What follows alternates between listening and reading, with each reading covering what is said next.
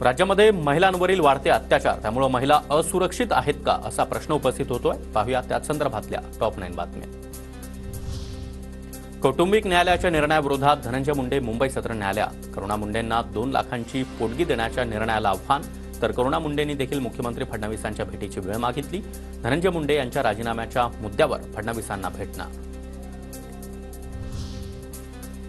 स्वारगेट बसस्थानकातील बलात्काराच्या घटनेनंतर सुप्रिया सुळे यांच्याकडून बसस्थानकाची पाहणी। लाडक्या बहिणीला जर सरकार सुरक्षा पुरवू शकत नसेल तर सत्ता काय कामाची, सुप्रिया सुळे यांचा संतप्त सवाल।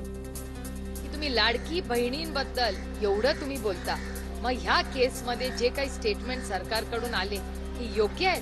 कुणाच्या तरी घराचीतली मुलगी होती, ती घाबरलेली होती आणि अशी वक्तव्य हे करणं हे कुणालाही शोभत नाही। पुणे पोलिसांकडून दत्तात्रय गाडेच्या मोबाईलची तांत्रिक तपासणी। पीडिता आणि गाडे एकमेकांच्या संपर्कात नसल्याचं समोर, गाडेविरुद्ध पुरावे गोळा करण्याचं काम सुरू। पुणे अत्याचार प्रकरणामधील आरोपी दत्ता गाडेची पीडितेला जीवे मारण्याची धमकी।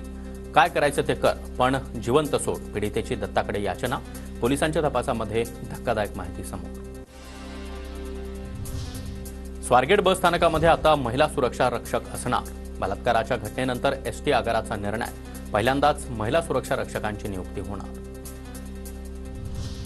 केंद्रीय मंत्री रक्षा खडसे यांच्या मुलीची छेड काढणाऱ्या 7 पैकी 4 आरोपींना अटक।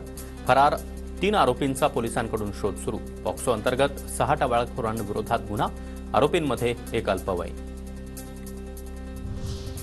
जळगावमध्ये 2024 मध्ये तब्बल 56 बलात्काराच्या घटना तर 231 विनयभंगाच्या घटना घडल्याची माहिती समोर।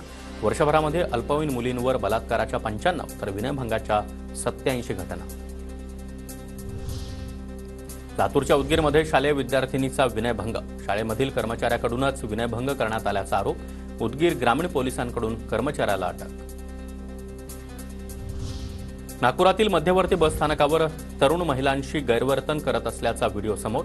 मंगेश नावाच्या तरुणावर गुन्हा दाखल। बसमध्ये चढताना आरोपी महिलांशी गैरवर्तन करत होता।